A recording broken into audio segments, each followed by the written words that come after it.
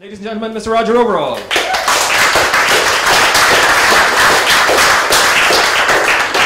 you very much. The size of the lattes in this place. I'm really nervous because I have spoken in public before, but Adon rang me and he said, they actually emailed me, he said, would you speak at the Smarter Egg event? And I said, of course I will. But just tell me, how many people have attended your Smarter Egg courses? I said, well, nearly all of them. So what am I really seriously going to tell you that you don't already know? So I better make this good. I'm actually quite nervous. It's the first time I've been nervous doing a public speaking event. I'm going to talk to you this evening about superglue. Superglue for eyeballs. Eyeball superglue, and I just need a volunteer. That didn't work out as planned. But we're all in this social media. I mean, Mike was talking about stories and storytelling. And Kerry was talking about motivation, what motivates you, which fundamentally is what is your story? Why do you do what you do? And one of the great avenues we have at the moment, of course, I don't need to tell you this, is social media. But there is a problem with social media, and we've probably all come across it by now. And that is, there's so goddamn much of it. How do you participate? How are you on LinkedIn, Facebook, Instagram? How do you tweet? How do you do Google+? How do you keep it all going? I mean, it's impossible. If you wanted to participate effectively on all those platforms, you'd have no time to do your job. And equally, we're trying to reach out to people and connect with them, and they have the same problem. They're on all these social media platforms, their friends are trying to connect with them, their family are trying to connect with them, all kinds of businesses are trying to connect with them. They just don't have the time anymore. So actually being heard and connecting efficiently in that environment is quite tricky. So what I'm hoping to do this evening is give you a suggestion for a way where you can actually participate online and that your content is really sticky, super glue sticky. I mean, wouldn't it be great if your content, something you put up, stopped somebody in their tracks and they could barely tear their eyes away because it was super glued onto the page. And when they did take it off, they took your super sticky content and put it on the eyeball of somebody else, either by linking to it, writing about it, etc., etc. I'm going to take you on a little journey, going to give you a suggestion, but at the end, I'm actually going to leave you in a big hole, and I realise that because I don't really want to sell anything to you, so I have a gift for you at the end. So I'm going to give you a solution, leave you kind of hanging for only a second, and then I have a gift for you. So, if you look at how busy people are, Twitter, 140 characters, absolutely exploded in terms of usage. Because 140 characters is pretty good, isn't it? We can digest 140 characters, we can write 140 characters. I would say a show of hands for who uses Twitter, but the lights are in my face, I can't tell anyway, so I'm just going to presume it's everybody. But therein actually lies the solution to our problem of cutting through all this traffic. Okay? Because if we can handle 140 characters, that gives us a hint that if we can give something that is immediately consumable, we might get somebody's attention. Now, 140 characters to tell everybody about your business, what you do, and how great you are, pretty damn tough. Okay? So, you know, is there another way, what I'm trying to say, of conveying a lot of words very quickly? Is there some currency that one of this currency is equal to an awful lot of words? I'm a photographer. You know where this is going, don't you? But I'm not the only person who thinks that a picture is worth a lot of words. The ancient Chinese have a saying, have a proverb. Would somebody like to read it out? No? Would somebody like a guess of what this proverb says? Curry chips.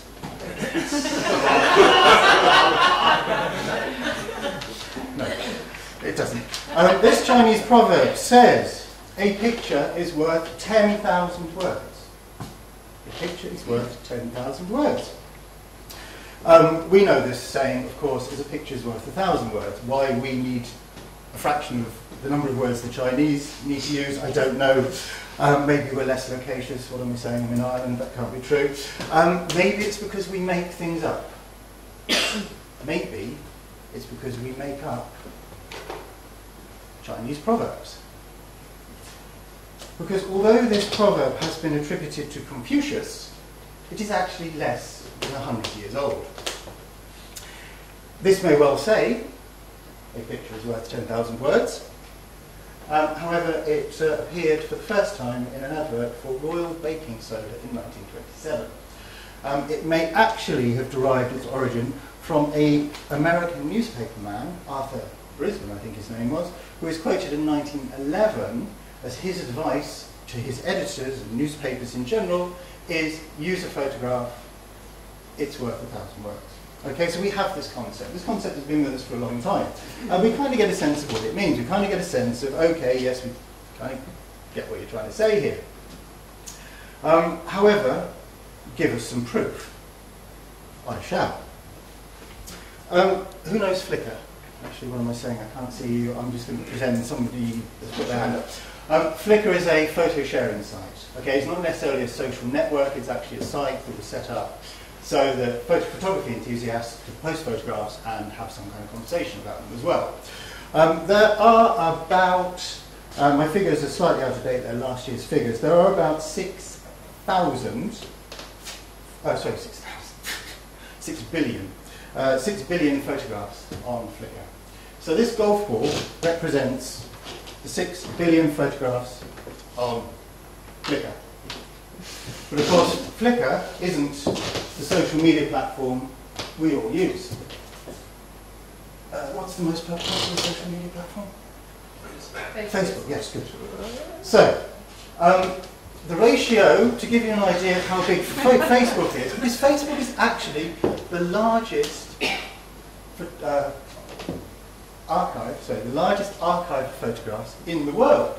And to give you an idea of how that relates to the 6 billion here of the golf ball, I'm actually going to smack this against somebody's head, because a head is actually proportionally to a golf ball the same size as Flickr is to, Facebook is to Flickr. Now, if I get this hard enough, the resulting bloody bruise will provide a really good visual as to what I'm trying to say. We can all gather around, have a really good look before the ambulance gets here, and that will give you a good idea of just how big Facebook is. Suddenly, sitting in the front row wasn't such a good idea. No, I wouldn't do that to you. I wouldn't do that. Please, have a seat up front. I have a much more benign... Stay with her. And that's why the balloon is here. So, Facebook, number of photographs. Flickr, number of photographs. Facebook, so you're wondering, well, how many photographs are there actually on Facebook? Well, last year's figure was 140 billion. By the end of this year, it's going to be roughly around 250 billion. Every hour, 8 million photographs are uploaded to Facebook.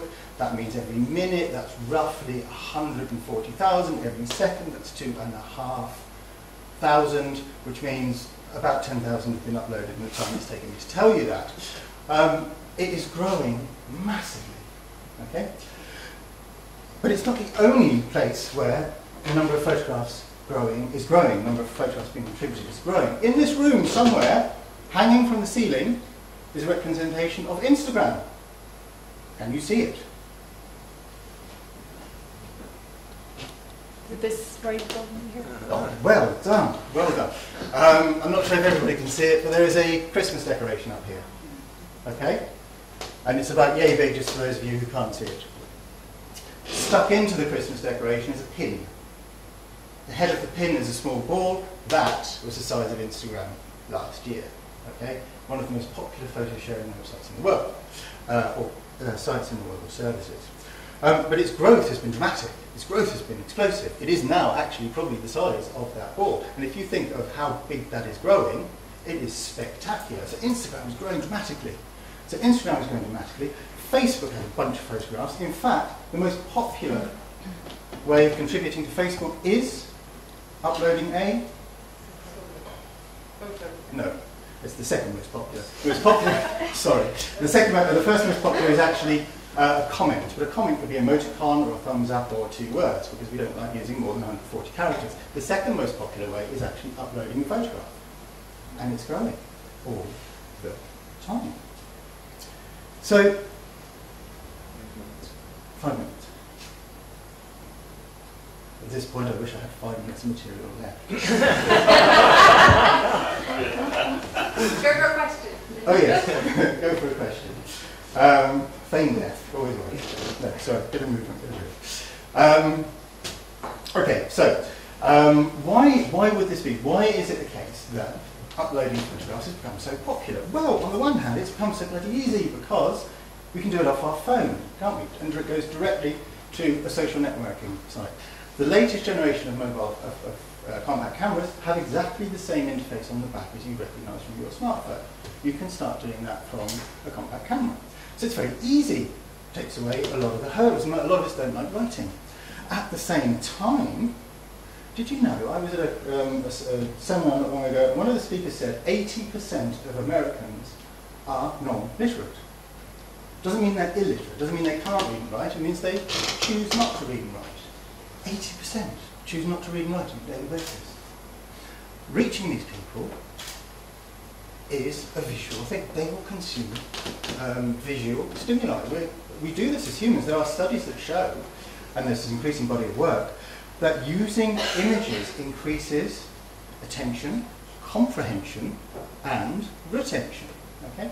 So there's a big opportunity here for us, because suddenly, to come back to the sticky eyeball, if we can upload something very quickly, it doesn't take too much time out of our day, and it is consumed because these people want to consume photographs, people we're trying to reach want to consume photographs, well, wouldn't that be a great opportunity? Maybe we should all start taking photographs of our business. Maybe we could reach people then. But there's a problem. You might be convinced now that actually taking photographs of your business to help you tell your story is a very good idea. But you're looking at me going, wait a minute, overall, you are a professional photographer. You've just held a, how many minutes?